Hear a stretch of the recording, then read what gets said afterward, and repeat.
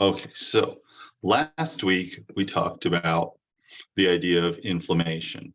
And inflammation is sort of um, it's involved in a lot of processes, but essentially the categorizing of this set of symptoms as inflammation is a man-made thing. It's a human cultural construct by which people have looked at a certain set of symptoms that reminded them of fire because it's hot, because it's sometimes red, because there's a increase in pressure.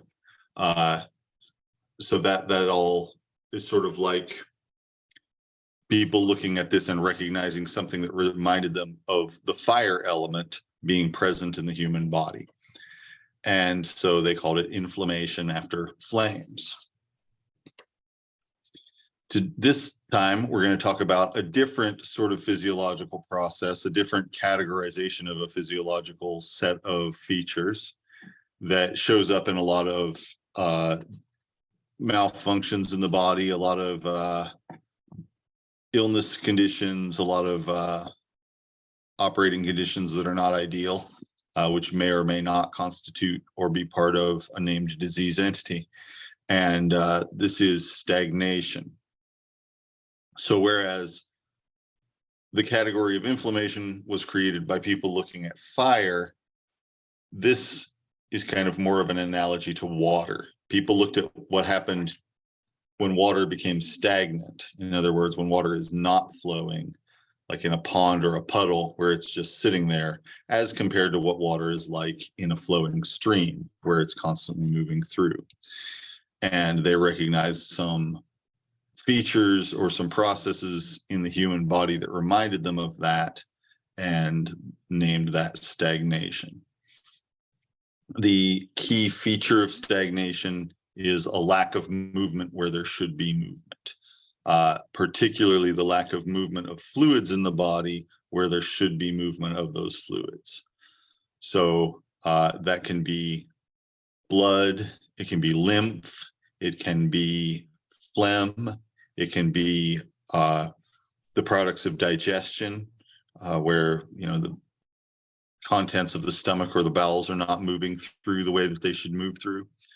So all of those things can be and have been looked at as stagnation when they're not moving the way they should be. And the term stagnation is not really used much in conventional medicine now. It has been in the past. It is still used in a lot of traditional medical systems, including traditional Chinese medicine, and including a lot of traditions of herbal medicine. And in Chinese medicine, there's a saying that stagnation is the mother of disease. So, in other words, that a lot of diseases result from stagnation rather than the stagnation resulting from the disease itself. Stagnation leads to malfunctions of other kinds. And just like if you think about what happens to water when it's stagnant, it starts to get green, it starts to smell bad, it starts to be,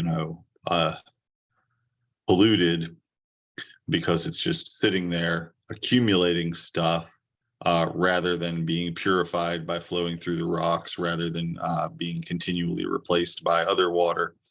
It's just sitting there. And so that's kind of the same idea of what happens with stagnation of fluids in the human body, is that they just sit there and they start to become an unhealthy presence and maybe start to become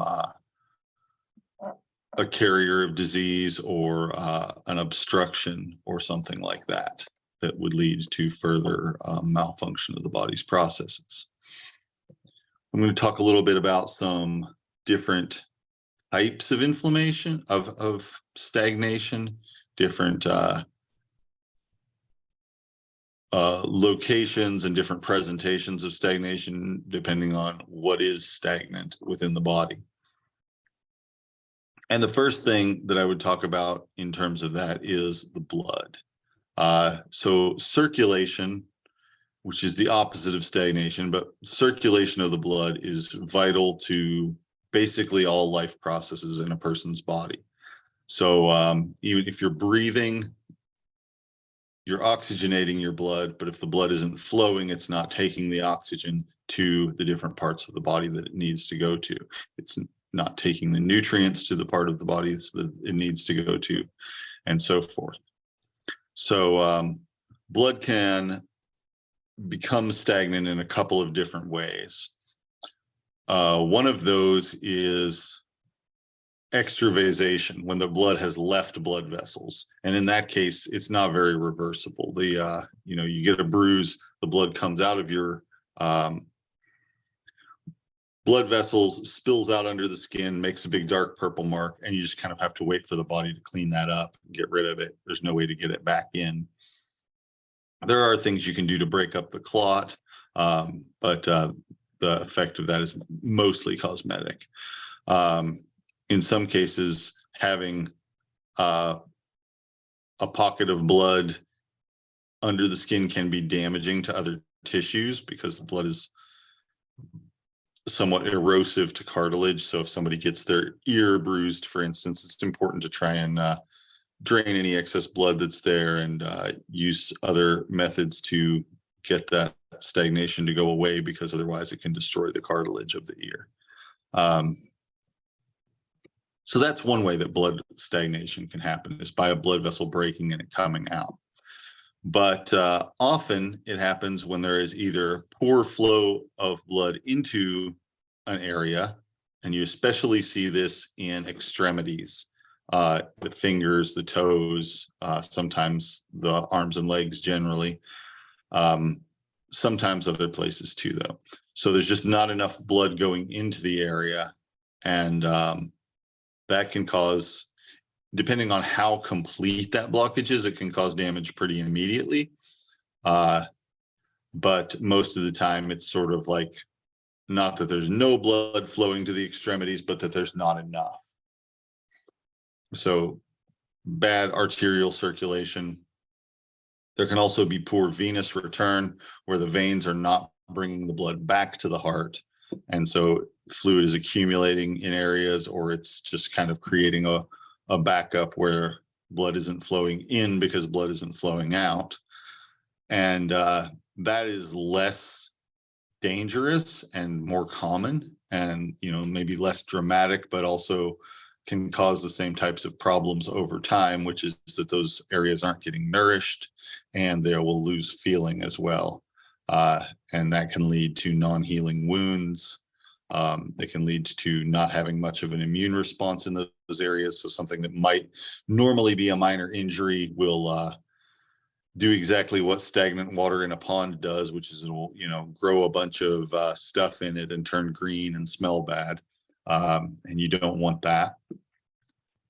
When that happens, that's necrosis, gangrene, that sort of thing. So that's a potential thing that can happen when there's not good circulation. And like I said, that's especially to the extremities, but not exclusively.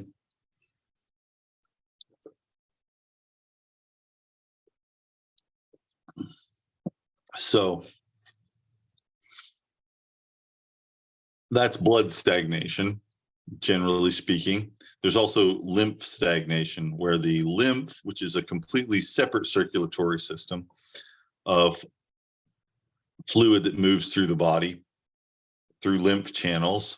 It doesn't have a central pump like the heart. Lymph moves through the lymph vessels when your body moves. So it's more of a passive type of circulation. It's much more susceptible to disruption. It's less of an emergency when it's not circulating, but it is a problem eventually. And when someone has stagnation of lymph, that affects their immune responses in areas, and it tends to result in a situation called lymphedema, where the affected part of the body swells up, gets really puffy. Sometimes the skin gets shiny. Often if you press on it, it will leave some pits behind. If you press on it with your finger, it will leave an indentation where your finger was, and that sort of thing. So that is a very common thing. It's especially common in people who are middle-aged and older. It's especially common in people who don't move around a lot. If you have like a sedentary job or you're sitting a lot, the position of sitting is not great for circulation anyway.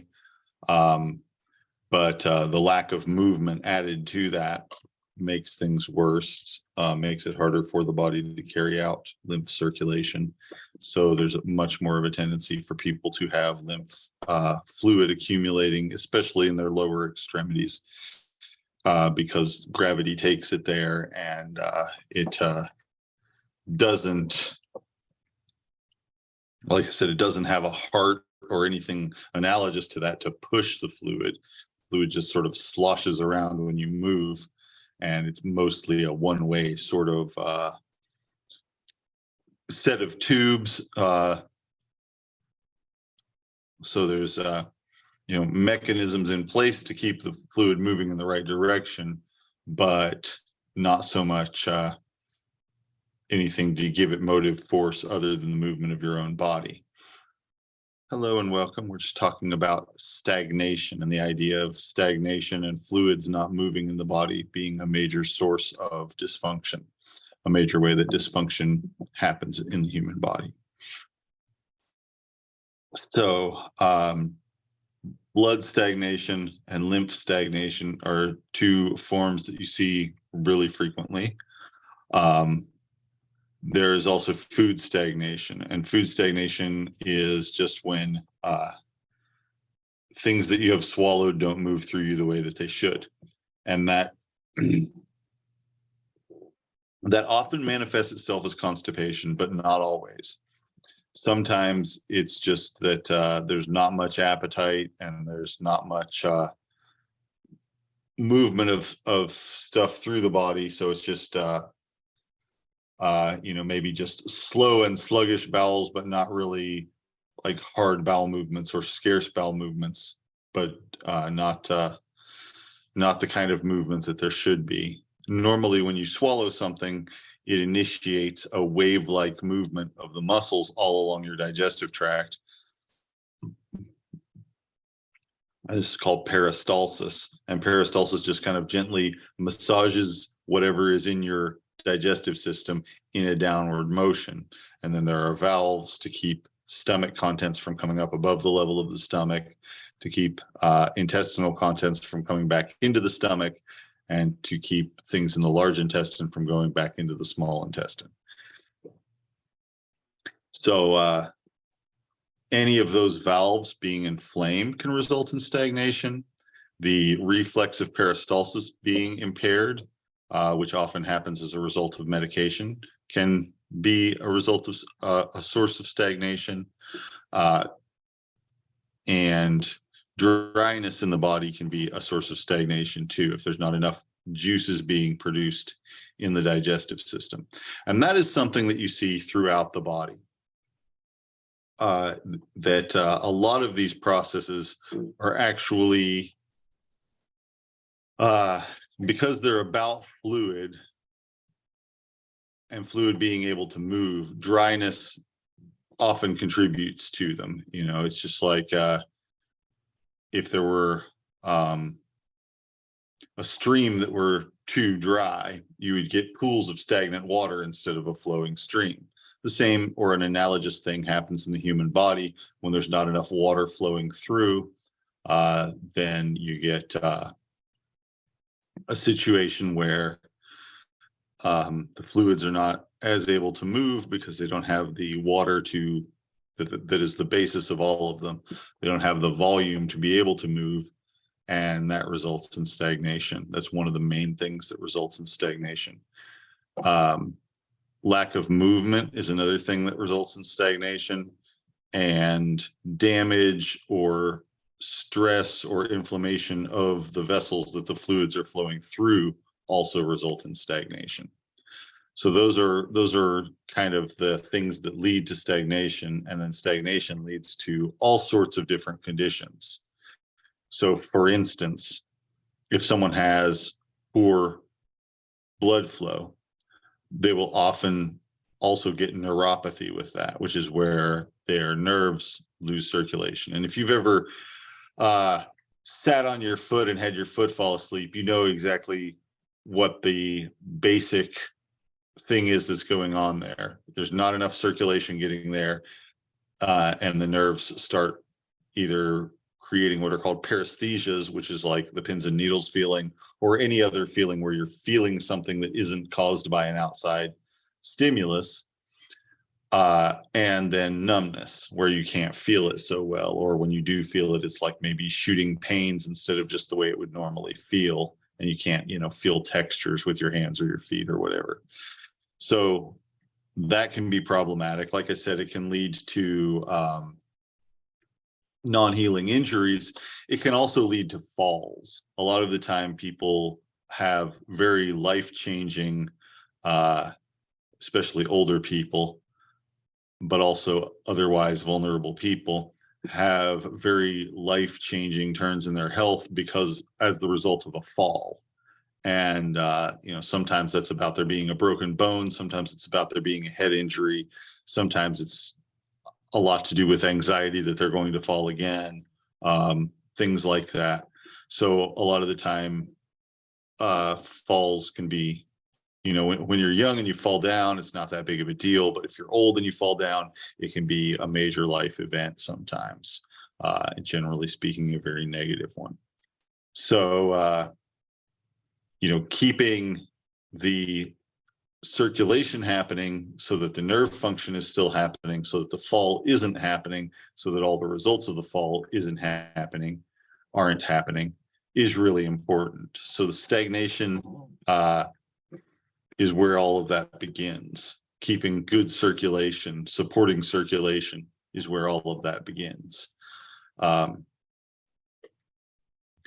So that's an example of how there's sort of a snowball effect or a chain reaction when there is stagnation in the body, that it can result in a lot of different problems.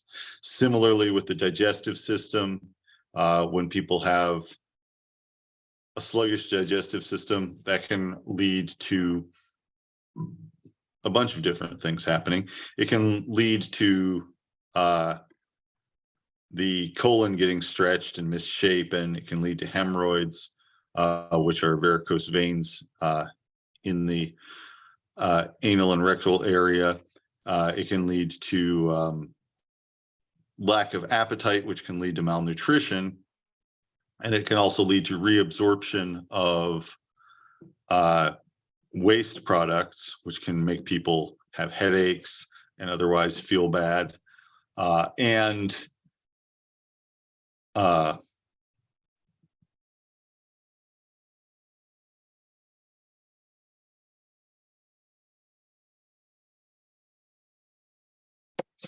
Well, it can lead to malnourishment because people don't have an appetite because their system is already full and already backed up, and that malnutrition can lead to lots of other things, lots of other organ malfunctions and things like that, which are very often that's how people start to go downhill later in life, is that they lose their appetite and they lose their health because they lose their ability to nourish themselves or their drive to nourish themselves.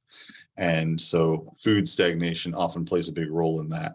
And it can also lead to the overgrowth of bacteria. So a lot of the time, as food passes through your body, you have a lot of bacteria in your intestines that are producing nutrients, that are breaking down food products into various different nutrients that your body can use, and helping to create a healthy environment in your system. But that can change if there's stagnation, because as things sit too long, populations of one bacteria might overgrow beyond what they should be because they're growing there for longer than they should be. And so it's like you have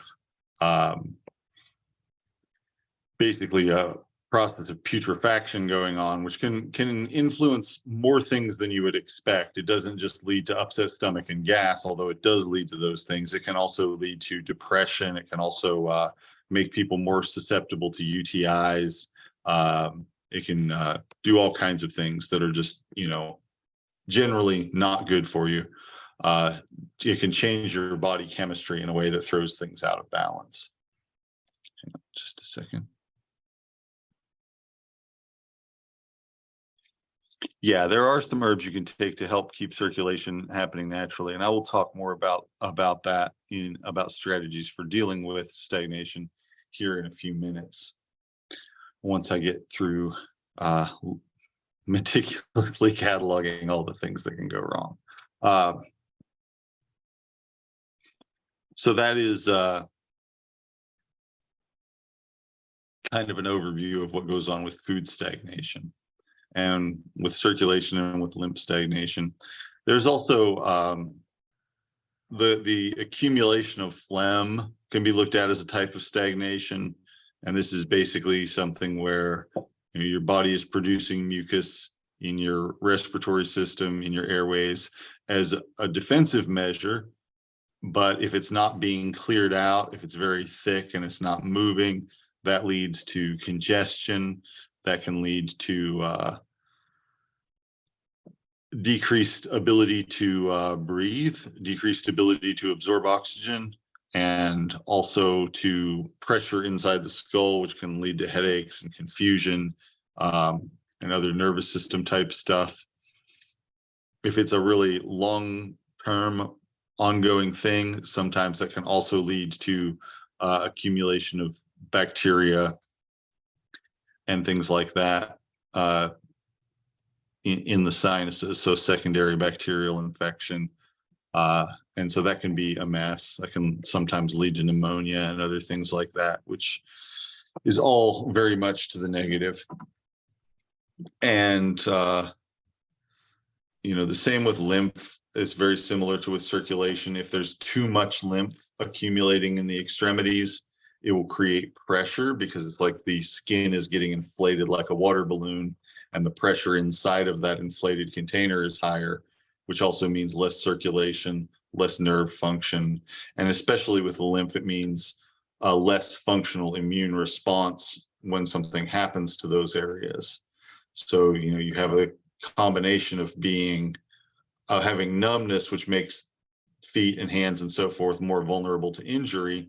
And then you also have a lack of an effective immune response when that does happen, which, can often lead to people having, just dangerous sores and infections, and sometimes leading to amputations and things like that from injuries that ought to have been fairly minor, from things like acne or a shoe blister, or a sore from a pressure sore from laying in the same spot for too long or something like that.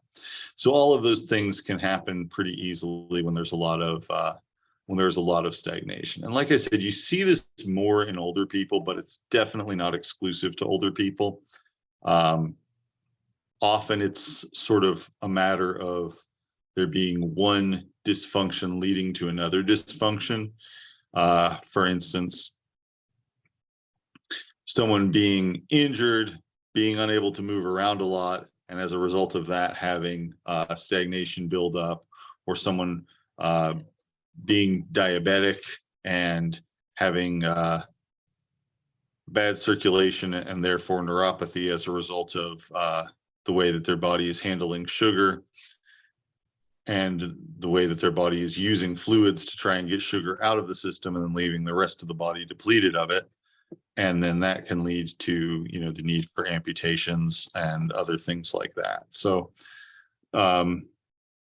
stagnation is often caused by and the cause of various different dysfunctions in the body.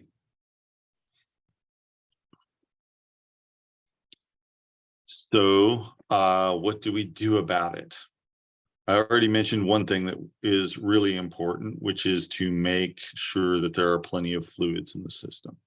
The kidneys are the main organ in the body that is responsible for the fluidity of the body.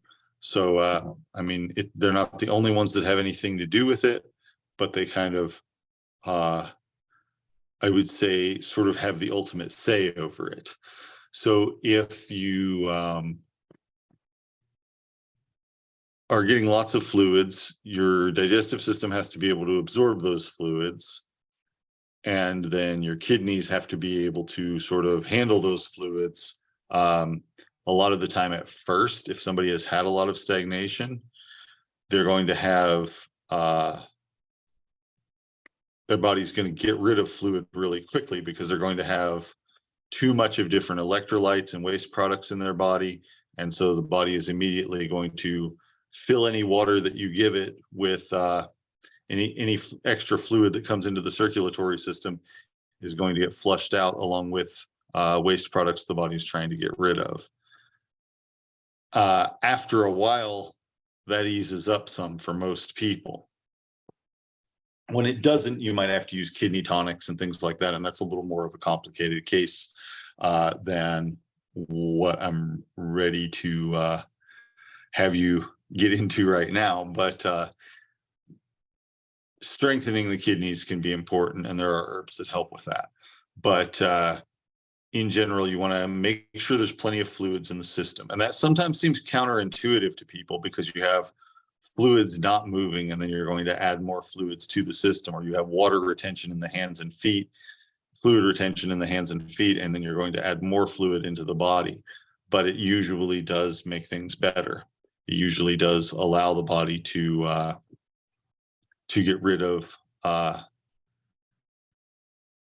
waste products and get rid of more fluid along with them. So that's the most basic thing.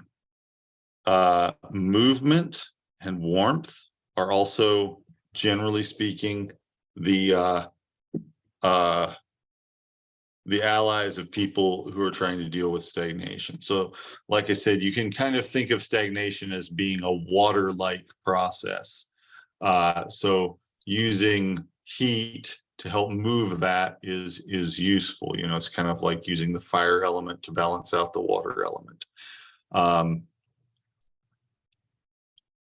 So warming herbs like cayenne, like garlic, like cinnamon, all help to produce movement in the body.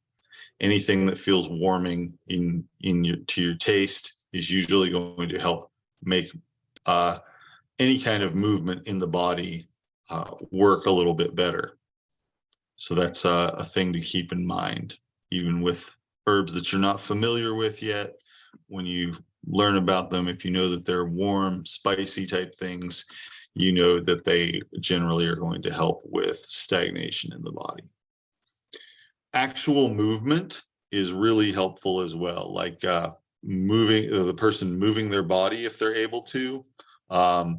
Massage or passive stretching, if they're not able to move their bodies, can be really helpful to somebody with stagnation. Hot water, whether it's a hot compress or a hot bath, something like that, can also be really helpful for moving stagnation in the body.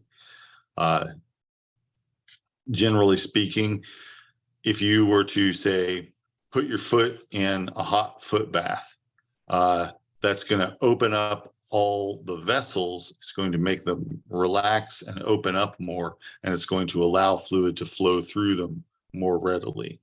So if somebody has got a lot of stagnation, water and warmth are really important, you know, and that includes physical warmth, and it also includes warming herbs that can really help make a big difference in getting rid of stagnation. And then when I say passive stretching, I just mean, you know, for instance, if somebody is not able to move their feet, then, you know, just picking them up and moving them through their range of motion will sometimes help to push fluids out of them. Walking is the natural thing for people to do when they're able to, that will help move all these fluids. You know, humans are made to be able to walk miles in a day. Most of us don't, you know, depending on what we do for work or what we do with our time. Most of us spend a lot of time sitting and not moving in that kind of way. But, you know, up until fairly recently, really up until the last few generations for most people, it was very normal for people to walk everywhere they went, and also to do things like farming or hunting or fishing or whatever that would involve moving and going places to do things throughout the course of their day. And that's how they got all their nutrients, and that's how they, you know, did everything that they needed to do right up until the time that that machinery and telecommunications came around. I mean, you know, automobiles and telecommunications and things like that came around. You know, if you wanted to talk to somebody, you had to walk over to their house and talk to them. And now, you know, you stay on your couch and you can call them on your phone. And at worst, maybe you drive over there in your car. So, you know, that's not the case for everybody, but it's the case for a lot of people, especially in this country. Walking is something that most of us are deficient in. It's something that most of us are doing far less than our bodies were meant to do. And, you know, it's not only that we don't have to do it anymore, but that the fact that we're not doing it is actually keeping some physiological processes like circulation of lymph, which only happens from your body moving, and like your heart beating harder, which only happens from cardiovascular exercise, from moving fluids through your body. So those things are often missing and are very invaluable. Like I said, if you have somebody who's not really capable of movement on their own, and sometimes moving their limbs for them can help. Also elevating their limbs above the position of their heart and above the position of their spleen, which is kind of part of where the lymph system circulates through, not all of it, but, you know, having them up above their torso so that gravity can assist with fluids draining out of those parts of the body and into the center of the body is a helpful thing.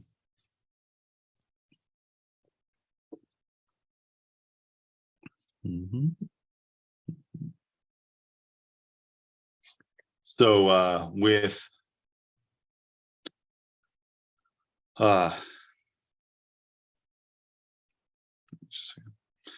so with all of those things, you're just working on moving fluids through the body. Like I said, spicy herbs are especially useful in this situation as well. And that would include ginger and cayenne, which are powerful herbs, but, you know, kitchen herbs that are very safe to use. There are some other herbs that are more specifically moving to the lymph system or more specifically moving to the digestive system that we'll get into later that are not necessarily as uncomplicated to use. But ginger is generally well tolerated, and it helps with inflammation as well as stagnation. So that's a good one to know about. Topically, if you have an area of the body that has a lot of stagnation, rubbing it with oil can be really helpful. Castor oil is something that's traditionally used for that. It's a little bit warming. Later on, we'll talk about making salves and making some warming salves that help with moving fluids in the body. And we will talk about some other techniques. Well, I can talk about them a little bit now, but at the end of the course, when we do the weekend intensive, we'll have some workshops in how to do these techniques specifically. But there are a couple of techniques, one of which is called moxibustion and one of which is called gua sha, or scraping. And basically, let me show you what the moxibustion is.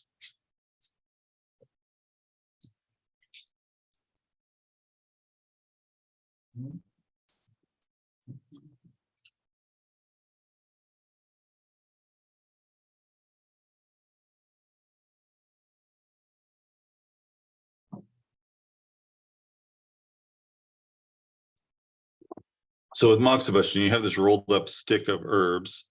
This is a particular herb called mugwort. But the most important thing about it is the texture of it, which has like the leaves have a sort of lint-like texture when they're crumbled up, so that it burns consistently at a nice temperature. This would be lit on fire and held near places in the circulatory tree or other areas where there are stagnation happening, and that heats the tissue far beyond what it would normally be heated in the course of, you know, body temperature. And that can really help with stagnation, with getting the vessels to open up and getting allowing movement to happen. So that's a tradition from traditional Chinese medicine, but it was also used in ancient Greece. The gua sha is a similar concept, but you would use a flat piece of metal or horn or other material and sort of scrape along an area of the body back towards the heart and back towards the center of the body. And that helps to move stagnation as well. And it helps to physically push fluid back in the direction that it needs to go. And it also helps to warm the area up and get a physical response happening that allows there to be less stagnation.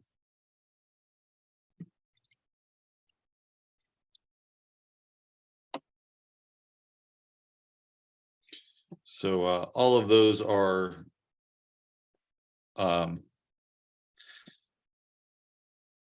different approaches to stagnation.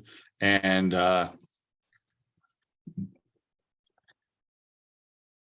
am reminded of, because I mentioned ancient Greece, Hippocrates, when he is talking about purging the body or cleansing the body, that he says that if you want to do it, you have to put everything into a flowing state first. So this is kind of the same idea, that you have to put enough fluid into the body that it's able to make things flow, that blood is able to flow, that lymph is able to flow. There has to be abundant hydration for all of these things to happen.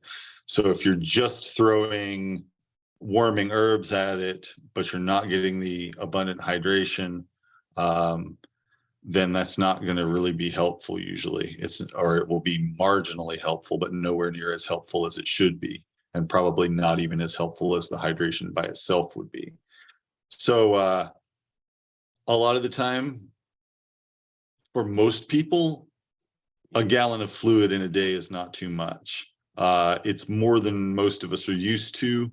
And, you know, a half of that is often adequate, but for most people, a gallon is not too much.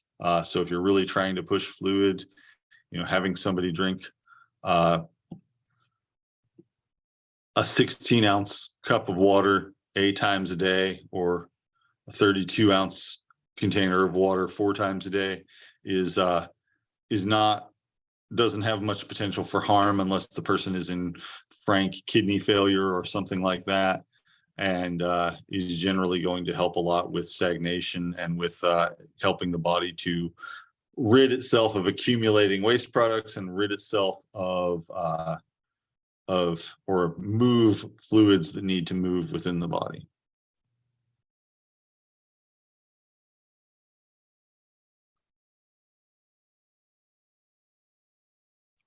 There's a question: if you're taking the herbs in a tea, does the amount of sugar affect the medicine?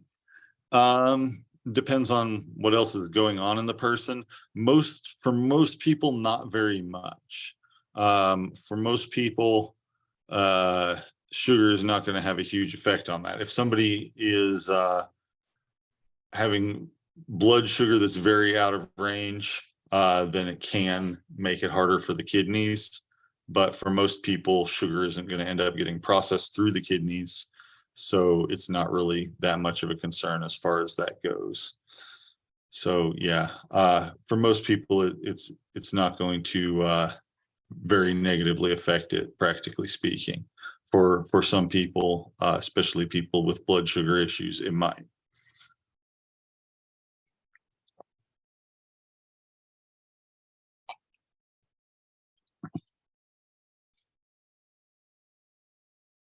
Yeah, let's see.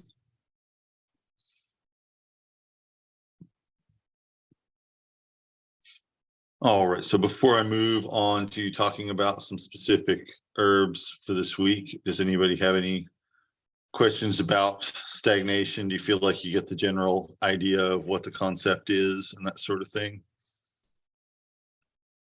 So we'll talk more about this as the course goes on. You know, it will factor more into our understanding of what's going on physiologically and in different clinical scenarios. But if you look for it, you will often notice that there is something in a lot of illness processes that could be described as stagnation. whether that's of this, whether that's of the lymph or of the blood or of food or in the airways. Some traditional medicine systems also talk about things like qi stagnation, which is, the sort of vital energy in the body not flowing the way it should. And that's a little more of, a culturally specific concept that I don't really feel like I'm the best person to speak on. I have a working understanding of traditional Chinese medicine, but I'm not an expert in it the way that I'm an expert in other traditions of herbal medicine, particularly in the tradition that my family comes from, that's from Western Europe, and other traditions that are adjacent to that.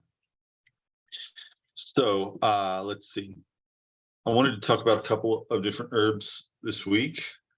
And first one I want to talk about is hawthorn. Hawthorn is a plant that's in the rose family. I have here with me a jar of hawthorn fruits. I usually call them hawthorn berries. They're more like rose hips, really. They're kind of tough. They're kind of like a small, mealy apple or a large rose hip. Hawthorn is a small tree.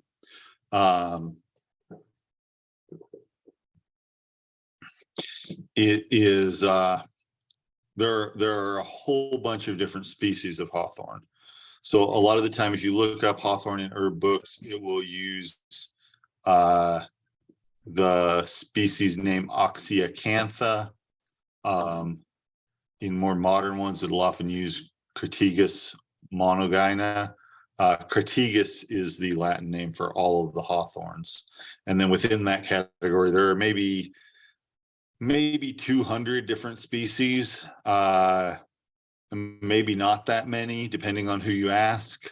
So there are a lot of variations, some of which might legitimately be different species, and some of which might just be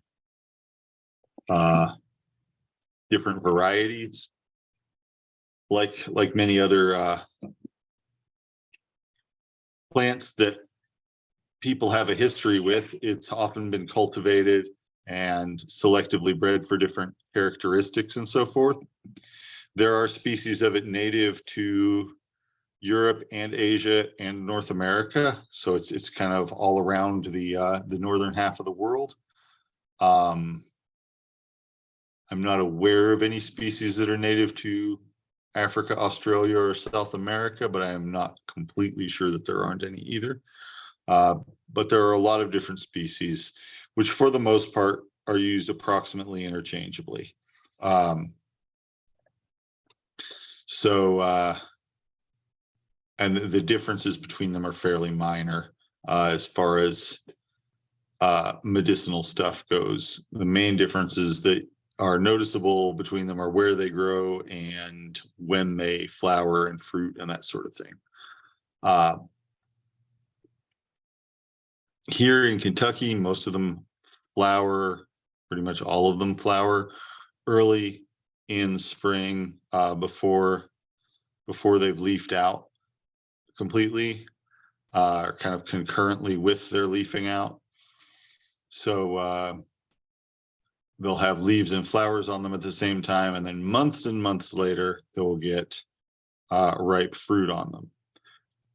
Unfortunately, most of the ones that grow around here never get ripe fruit on them these last several years, because there's a fungus that spends part of its life cycle in cedar trees and part of its life cycle in hawthorn trees or apple trees or various other trees that are in the rose family. And it blights them. It causes them, instead of being normal fruits, to be covered in little fungal spikes and be kind of withered and not have the medicinal properties that they would have. So that a lot of years destroys all the hawthorns, or most of the hawthorns around here. before they become fruits. There are a couple of species that are native species. Crataegus mollis is one that I use that is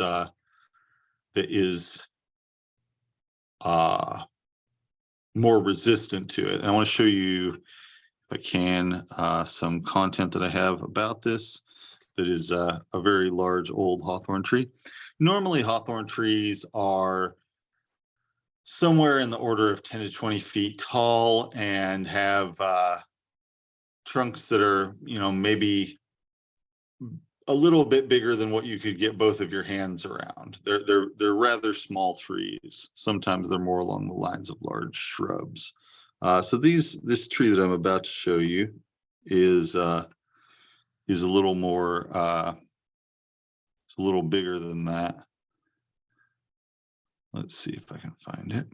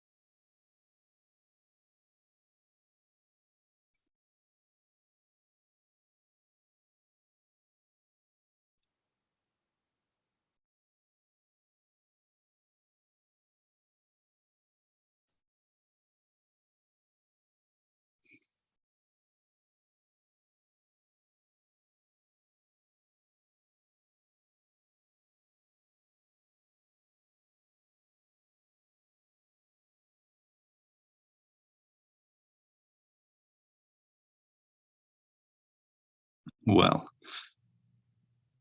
actually, this is actually just a hawthorn street tree that is on Southland Drive, and you can see the clusters of the fruits on it. And that is more of a typical size hawthorn. I have, let's see if I can find it. I have somewhere some video of a larger, older one.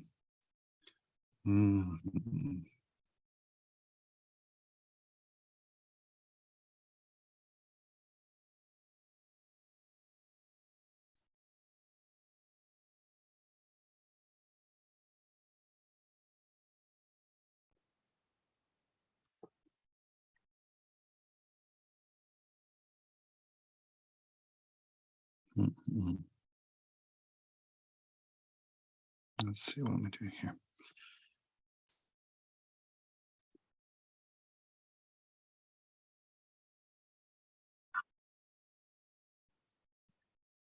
All right, let's see.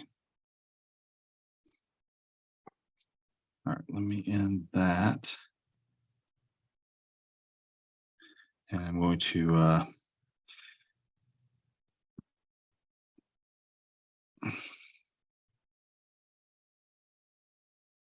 here is a link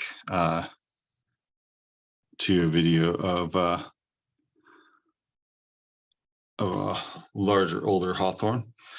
So anyway, that it's a tree that can live for a very long time, and it's a member of the rose family. Its flowers look very typical for the rose family. 5 petals, white flowers, so they look a lot like antique roses or something like that. And it has thorns, as the name hawthorn suggests. So it's also in the traditions of where I'm from, it's considered to be sort of a gatekeeper between this world and the spirit world. It's called skach gyal in my language. The gyal part means like white or shining. Skach is just like the name of the plant itself. And it's kind of considered to be like a sacred tree, or a tree that's special to the fairies, and often marks a place that is sacred, or that is in some way connected to the spirit world. Medicinally, Medicinally, it is mainly used for the heart. Traditionally, people also use the roots of the plant sometimes as a vulnerary, as a way of healing sprains, as a poultice. I don't really use it that much because I don't want to kill the trees. They have enough problems with the fungal blight without me digging up their roots. And there are quite a few other plants that I can use for that. But hawthorn root actually has been used topically for injuries and sprains. But the flowers and the leaves, as well as the fruits, are most frequently used as a tonic for the heart, something to strengthen and support the heart. Specifically, and I make tinctures out of both forms. I make tinctures out of the fruits, and I make tinctures out of the leaf and flower. Lots of other forms are also traditional as well, including wine made out of the fruits.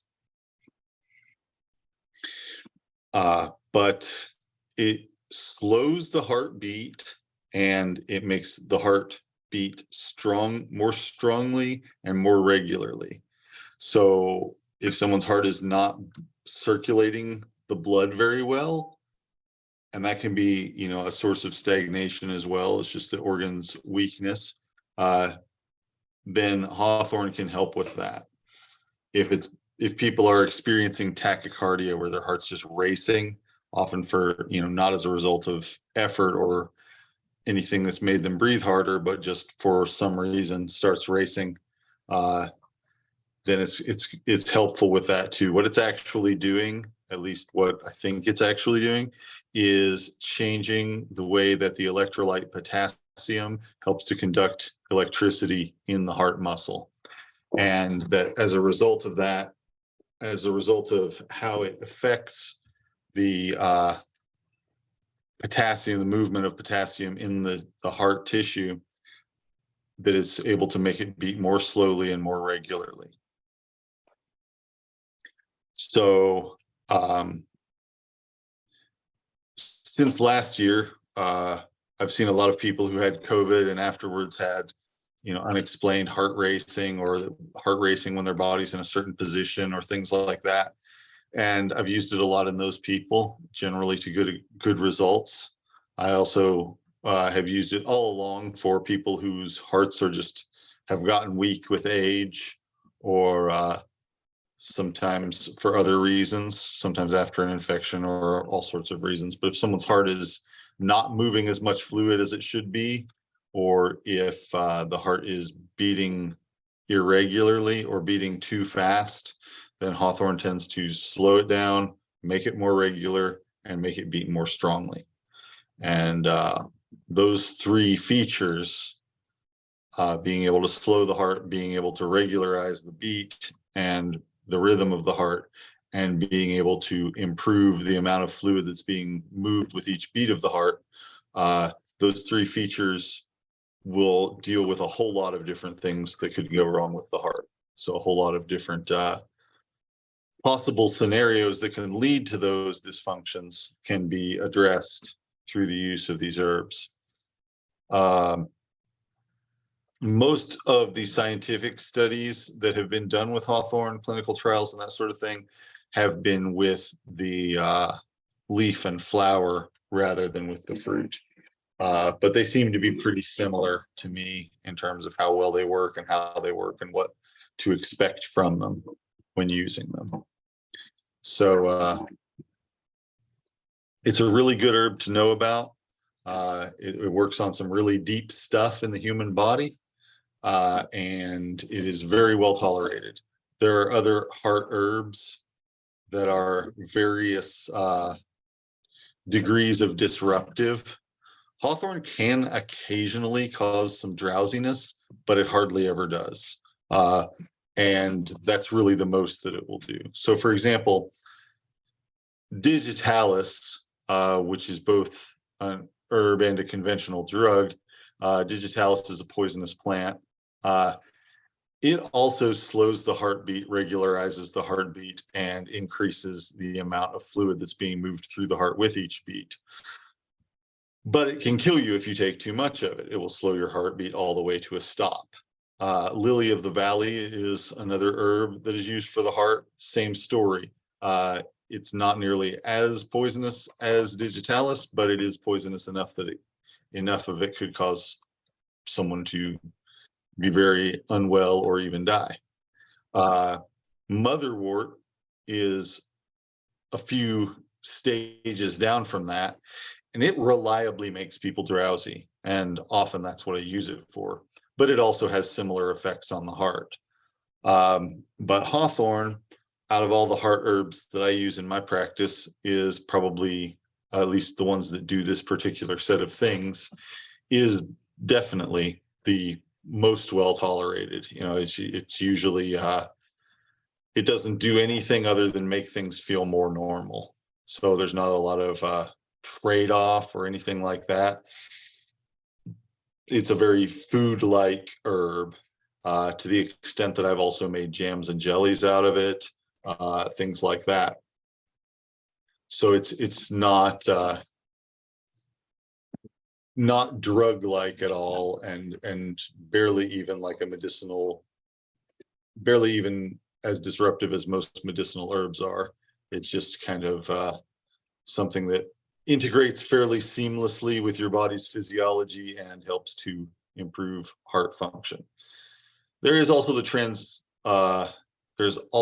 transition, the tradition of using it for the sort of metaphorical heart, for heartbreak, for sadness, things like that. And it does seem to do pretty well with that. If people are feeling feelings of hopelessness, feelings of grief, stuff like that, it doesn't have a strong like mood altering effect that you would notice when you took it the way that some other herbs would. But it does make the grief not hit as hard physically, for lack of a better description. It makes it so that people still feel their sadness, but it doesn't make them feel as hopeless. It doesn't make them feel as much physical pain from their sorrow, things like that. So it's actually, has the tradition of being used for heartache as well as heart pain, so to speak. So it's used both for the physical and metaphorical functions of the heart, which, as it turns out, are more closely tied to each other than people used to think. Because obviously, if you're excited, your heart beats faster. If you're calm, your heart beats slower, and so forth. So heart and emotions are very much tied into each other. So it's something that I've often used in that capacity as well, frequently with other things, sometimes with other herbs that are kind of more along the line of a antidepressant or mood elevating or mood stabilizing kind of thing, but sometimes by itself as well. So it's just kind of a tonic for the heart in all of its various forms. For this year, we've already passed the hawthorn bloom, but if you find some hawthorn trees, keep an eye on them for when the fruits get ripe. For most species, that's late in the year. Depending on the weather, sometimes it's right at fall equinox. In hotter and drier years, sometimes it's later. So somewhere around mid-September to late October is when most of them are going to get ripe. Some species actually get ripe earlier than that. Some of our native varieties especially, whereas the ones that were brought over here from Europe tend to be right around mid to late fall. But mid-September to late October. Some of the native species is more like mid-August to mid-September, but keep an eye on them if you find some, and you could harvest some fruits from them this fall. The fruits actually, with a lot of them, will stay on the plant through the winter. When they first start to grow, they're green, and then they get red, but they're very hard. And then after they've been there for a while, they soften up. And this is actually a process called bletting, which is a sort of two-stage ripening where they get ripe and red. And then there's an enzymatic or a fermentation process that happens inside the fruit that causes them to get soft. And that's when they fall off of the tree. So with some of our hawthorns, like the one that I showed you the picture of, that hawthorn usually gets ripe in October and then drops its fruit on the ground in January or so. So for much of the winter, it will be standing there with red fruit all over it. Birds will eat some of them, things like that. But then eventually, after a while, the fruit gets soft and starts to fall off. Often it'll get soft, and then there will be a weather event like rain or snow or a hard freeze or something, and that physical disruption of the weather event will cause them to fall on the ground. So it's a good, is a tree that I think is very seasonal. It looks different in different seasons. But in the spring, you can harvest the flowers from them and the leaves. And in the fall, you can harvest the fruits from them, fall and winter, really. You can harvest the fruits from them. If you make a tincture of hawthorn, you want to let it sit for a good long while. Sometimes you would think that with as delicate of material as the leaves and flowers are, that the stuff in them would get out into the tincture fairly quickly. But I have seen before where after a month, it was just sort of a straw yellow colored. And then after 3 months, it was a deep red color. So there's actually a lot of stuff coming out later on that isn't coming out into tincture right away. So if you are making a tincture with it, expect it to be a long process. And that goes for the fruits as well. The fruits are tougher, and so it makes a little more sense to me that it would take longer for the medicines to get out of them and into the liquid. But in both cases, it takes quite a while. So that's hawthorn, very wonderful heart herb, very useful and very well tolerated, unlikely to cause problems, and as such tends to be the first herb that I reach for if somebody needs help with strengthening and tonifying their heart.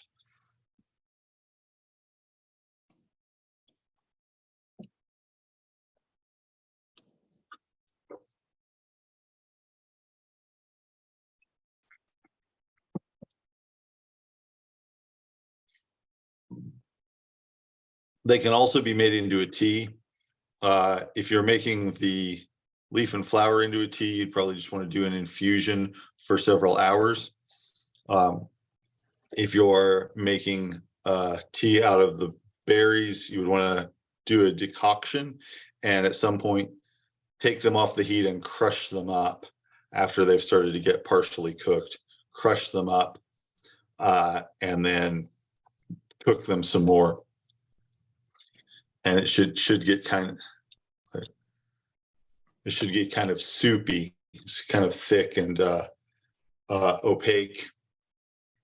And that's kind of when all the good stuff that is in the hawthorn is getting out into the liquid. So that's also what the wine is made of, would be that same decoction, which would then have yeast added to it and be allowed to ferment inside an appropriately sealed fermentation locked container for something like a month or 6 weeks or so. And that is a traditional Seneca remedy. The Native American nation that lives in Western New York, and they also have some reservations in Canada, I think. But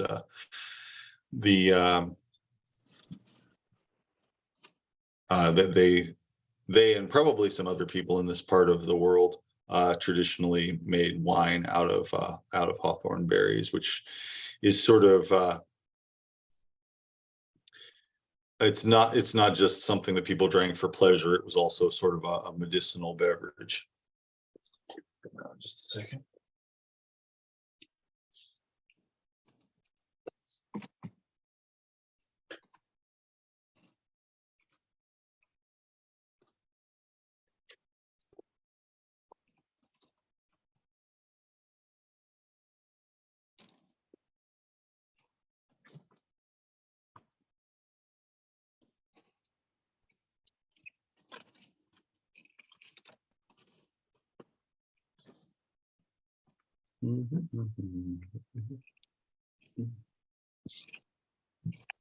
Yeah,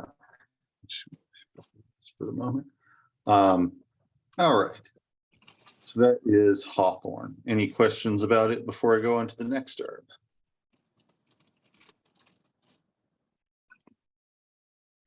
All right.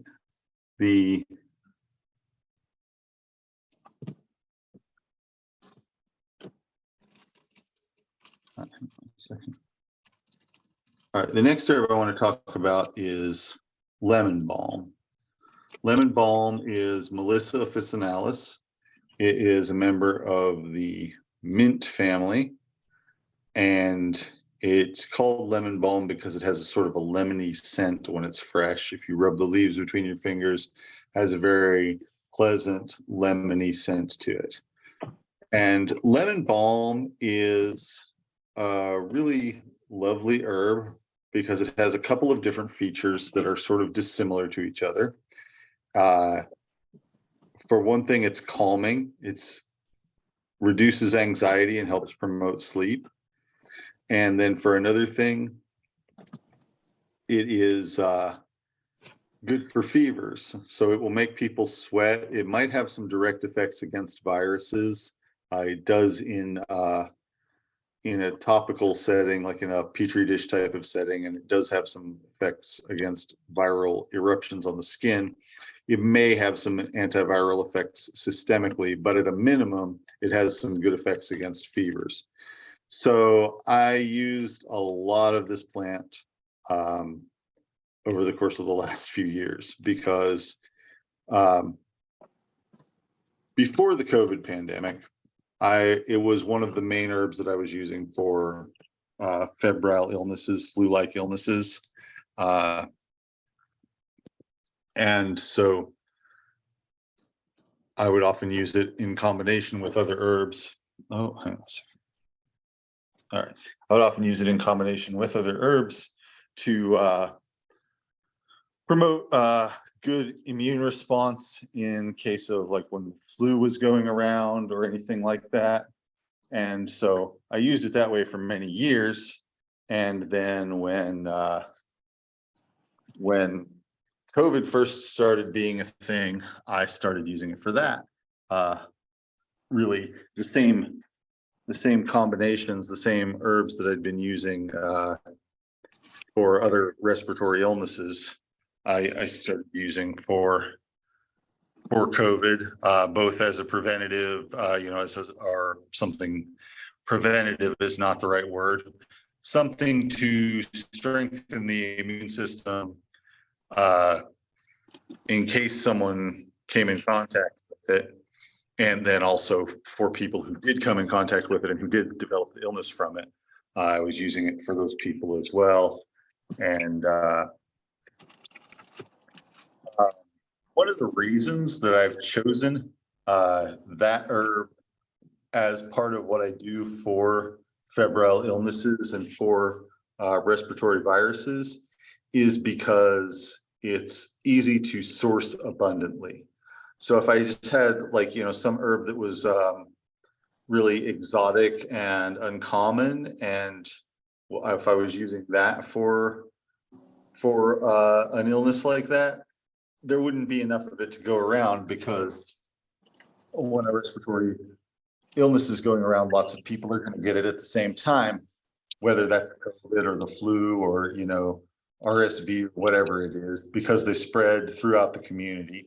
It's important to consider the availability of quantity of a remedy and environmental sensitivity of the remedy as well, to make sure that you're going to be able to sustainably provide enough of it to help everybody who might come to you. And who everybody is going to depend on your clientele, or what the size of the circle of people who would be likely to come to you for help is. And right now that might be very small, but if you do it for a long time, it's likely to get bigger and bigger. And especially at the very beginning, when people were really worried a lot about COVID, I had hundreds and hundreds of people contacting me wanting something, and I've had the same thing happen with the flu in some years past, when we had the H1N1 outbreak in, I can't remember what year it was, maybe 2009. And when SARS was going around, even though SARS never got very far, there have been times when there was kind of a run on herbs that people thought might be helpful. So the nice thing about lemon balm is it's really easy to grow a whole lot of lemon balm. And that is sort of one of the wonderful things about plants in the mint family, is that they tend to have lots of the medicinal compounds in them. They tend to have some fairly unique medicinal compounds that are not widely found throughout the plant kingdom, but are more, specialized to themselves and their close relatives. And it tends to be really easy to grow a lot of them.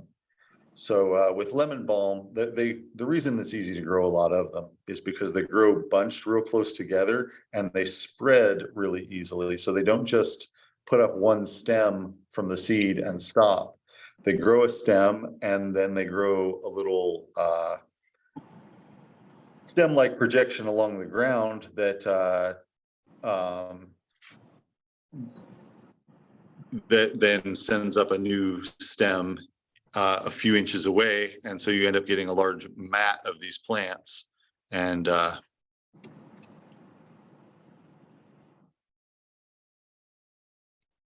so there's often you can grow a big armload of the plant in a small flower bed. And if you have something that you're going to need a lot of, maybe you can ask a few other people to plant a flower bed of it for you, and then you can end up with a whole lot of it. So when we first started seeing this virus in the community, it was earlier in the spring, and I only had what I had from the previous year. But then I started having some people grow some for me, and pretty quickly I had enough to fill an entire, I have this 12-foot trailer called the Medicine Wagon, which is sort of a mobile clinic.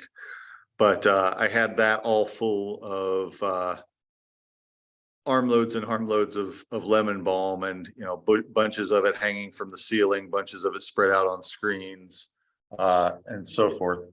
So it's pretty easy to grow a lot of it. So it has a lot of features that make it a useful community intervention as a plant, namely that it's well tolerated, and it's abundantly available, and it's noticeably effective. If somebody has a viral illness and they take some lemon balm, they're going to feel the difference. They're going to feel the difference that day.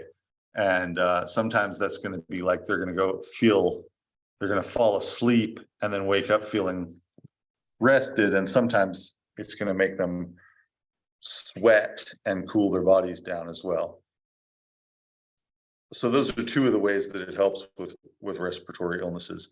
But it also does seem to actually just sort of generally suppress the symptoms of respiratory illnesses as well. The shortness of breath and the body aches, fever, all of that sort of thing tends to get markedly, noticeably less when people use lemon balm.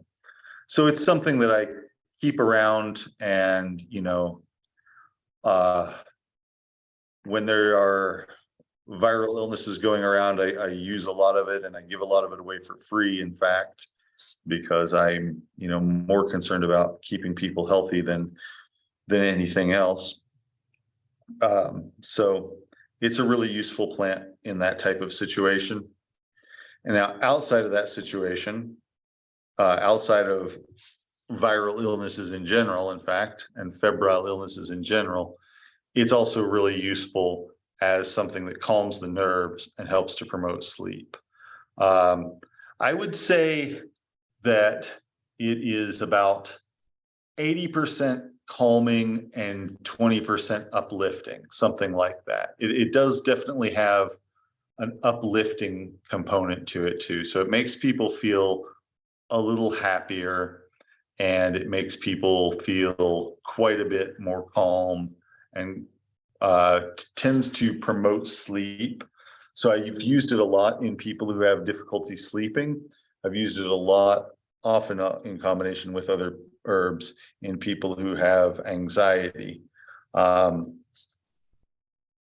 couple weeks ago, I talked about chamomile and how chamomile is sort of a very entry level, very easy to use calming herb.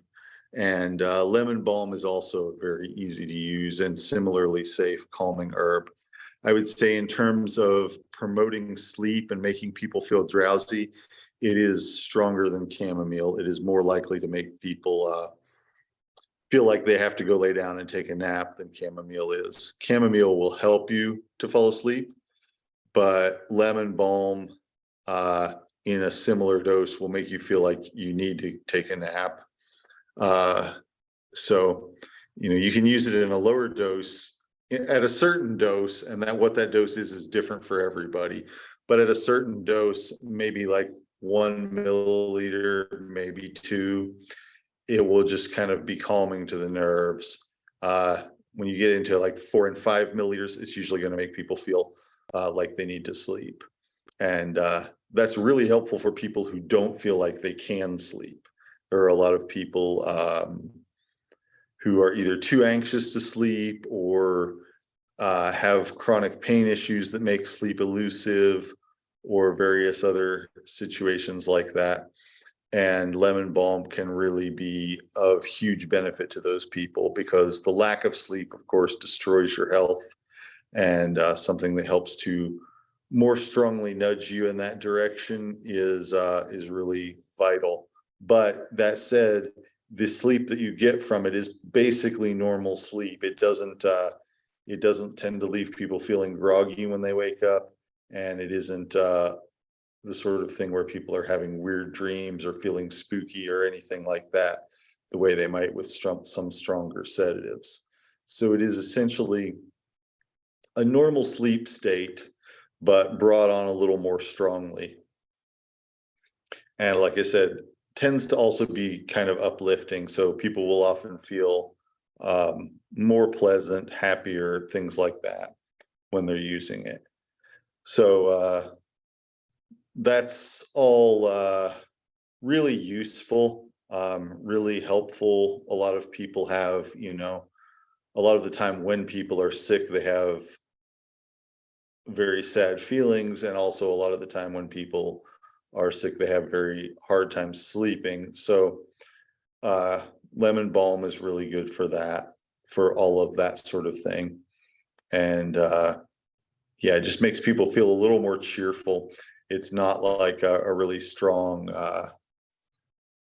some herbs and some medicines that are supposed to be for depression are really kind of just make people feel less. And lemon balm doesn't do that at all. It makes people feel a little more cheerful. So I find that to be a really valuable mechanism of action for an herb to have. And so it's one that I like a lot for that. And it's safe enough and simple enough that you don't have to worry about giving someone too much or anything like that. As far as I know, there isn't any feasibly consumable dose of it that is going to cause real harm by itself. Now, with anything that makes people feel drowsy, you don't want to be driving or anything like that after taking it until you're used to what it's going to do to you, because that can vary a lot from person to person. And you don't want something that's going to make you feel like you have to sleep while you're driving down the interstate. 70 miles per hour or whatever. So it's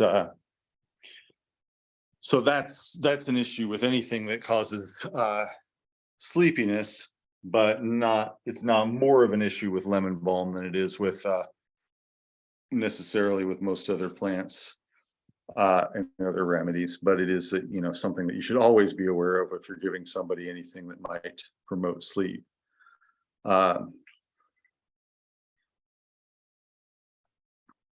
But yeah, toxicity wise, lemon balm is, basically on the same order as peppermint or spearmint, by which I mean it's generally recognized as safe and not dangerous in any feasibly consumable dose. Topically, lemon balm has been used for herpetic eruptions, which would include herpes, cold sores, things like that. It can be used simply as a wash, like where a tea of it is applied topically to the skin, or applied topically to something like a cotton ball, which is then applied to the sore area. And that's calming and soothing to the nerves in that spot, and seemingly, at least based on some laboratory research, seemingly also interferes with the ability of the virus that's underlying it to be able to replicate itself. And so that's another thing that it is useful for.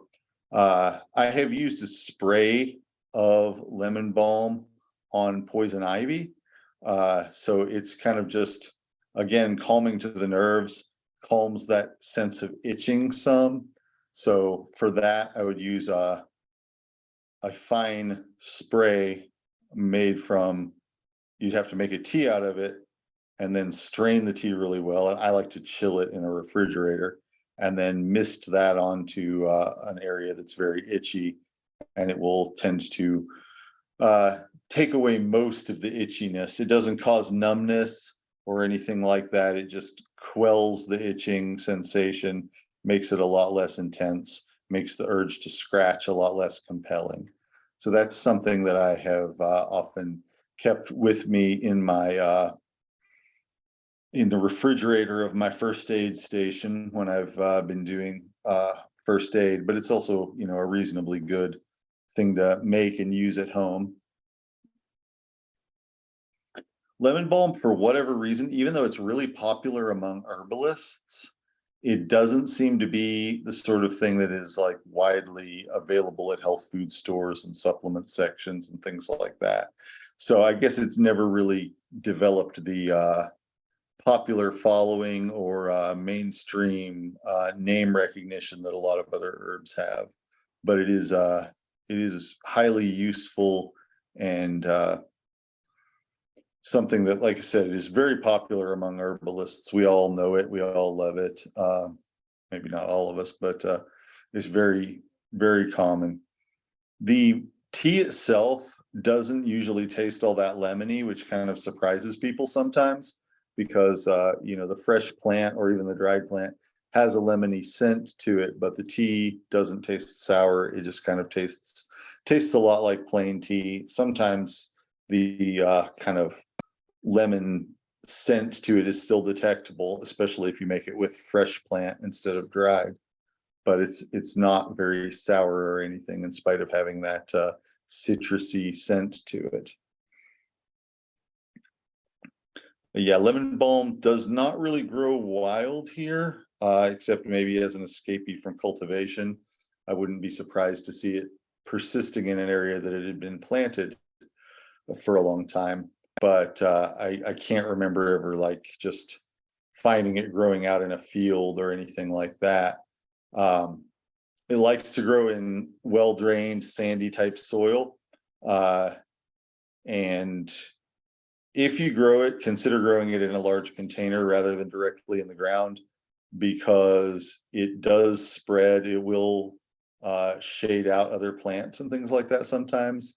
So if you are going to grow it, maybe give it its own little space, whether that's a container or a flower bed or whatever, because it will take up as much space as you give it. And like I said, it grows from seed grows from the plant, comes back year after year from the roots. So it's a very persistent and very prolific plant. But it doesn't tend to become invasive in the sense of like taking over the understory of forests or, choking out fields or anything like that. It's fairly it sticks to the habitats of humankind pretty much, and grows prolifically where it is put, but doesn't tend to become like a wide-ranging invasive weed, at least not in this environment, and maybe in some places it does. So Melissa officinalis is its name.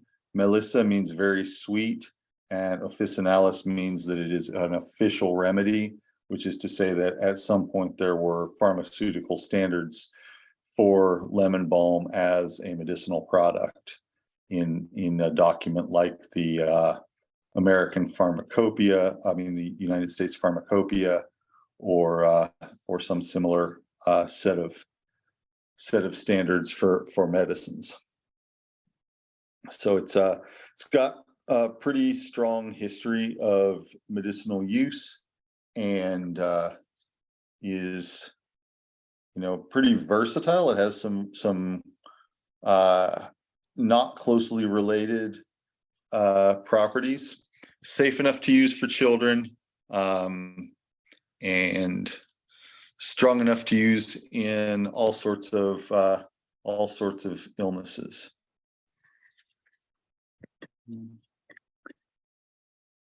So yeah, lemon balm is a good one to know, good one to get acquainted with. Not one you're likely to find out in the wild, but a very easy thing to grow if you like to grow things. If you have space to grow it. If you don't have space to grow it, you could probably plant it somewhere that it will just grow on its own. It doesn't really require a whole lot of input from people once it gets started. But yeah, it's most members of the mint family spread very competently. But in contrast to something like purple dead nettle, which is also an introduced member of the mint family, you'll often see that taking over entire fields in the springtime, and you won't see that from lemon balm. So when lemon balm is in flower, that's the best time to pick it. But the leaves can be harvested not really all year, because it will die to the ground during a hard freeze, but from fairly early in the spring to the first hard freeze, you can find it growing, and harvest the leaves from it.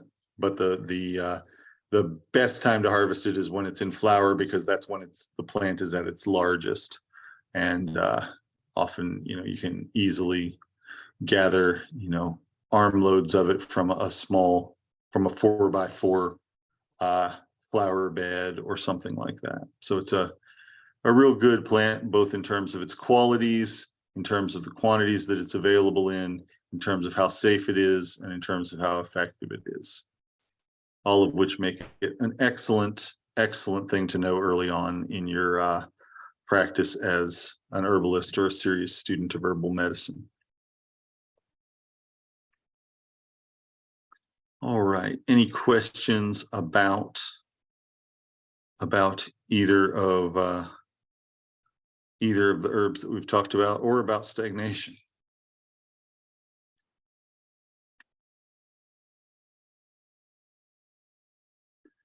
All right. Well, I'm going to say this again because I wasn't recording when I said it before.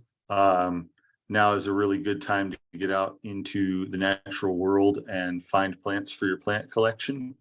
And if you are pressing specimens, be sure to use a book that has paper that is absorbent. A notebook is perfectly fine. Notebook paper works pretty decently. Magazines with glossy pages are not what you want at all, because they won't absorb the moisture, and the plant will mold, and you will find some impressive specimen and then press it and then come back and look at it, and it will be all covered in mold and ruined, and that's a very sad thing to have happen. So notebook paper is good. Some people, newsprint is good. If we used to use phone books, but they don't really exist anymore, at least not in the form that they did. Whatever you do, you want to put it in between pages so that it's splayed out and you can see all the parts of it. And then you want to flatten it with a lot of weight on it. And this could mean putting some other books on top of it. It could mean putting a board on top of it and putting a weight on top of that board, something like that. But you want there to be plenty of weight on it to squish it flat. And you want there to be some absorbency in the material that it's in contact with, so that it will dry out, because the more quickly it dries out, the less discoloration you're going to have, and the less chance of it molding and becoming an unrecognized rotten mess you're going to have. So all of that is important. And I think that I've kind of put out the number of 50 plants as being a good number to have in your collection. And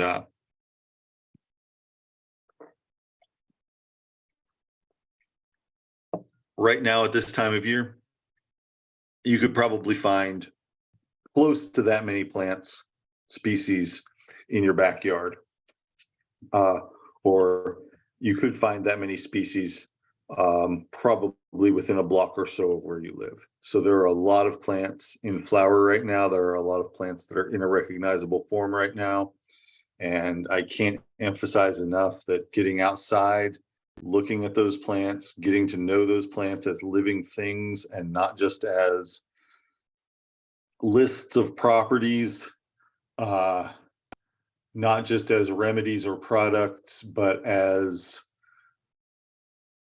fellow travelers in this world, as other living things that are part of your ecosystem, is an incredibly important thing to do to develop your power as a healer, to develop your understanding of the world as an herbalist.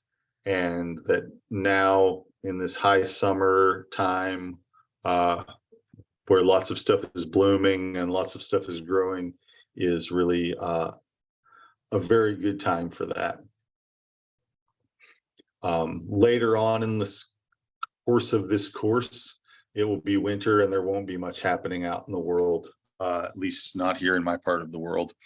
Some of you may live in other places and have other experiences as far as when things are happening out there. But for most of the Northern Hemisphere right now, the long days, the lots of solar energy is that's like a feast for plants. So right now is kind of the big time for them. And if you want to get to know them, it's like going to a plant party. And you can find lots of plants out there and you can get to know them and get to recognize them. And once you recognize them, there's a good chance you will recognize them for the rest of your life. And you'll wonder how you ever walked down the street and walked past plants without even knowing what they were and without even recognizing any of them. So it's a really, really important time to try and connect with the plant world and with what's growing while the days are long like this. All right, so having said all of that, hope I'm not sounding too preachy, but I think that it's a really good opportunity. Does anybody have any questions about any of the stuff we've talked about today? Well, all right then, thanks for coming, and I will talk to you again in another week.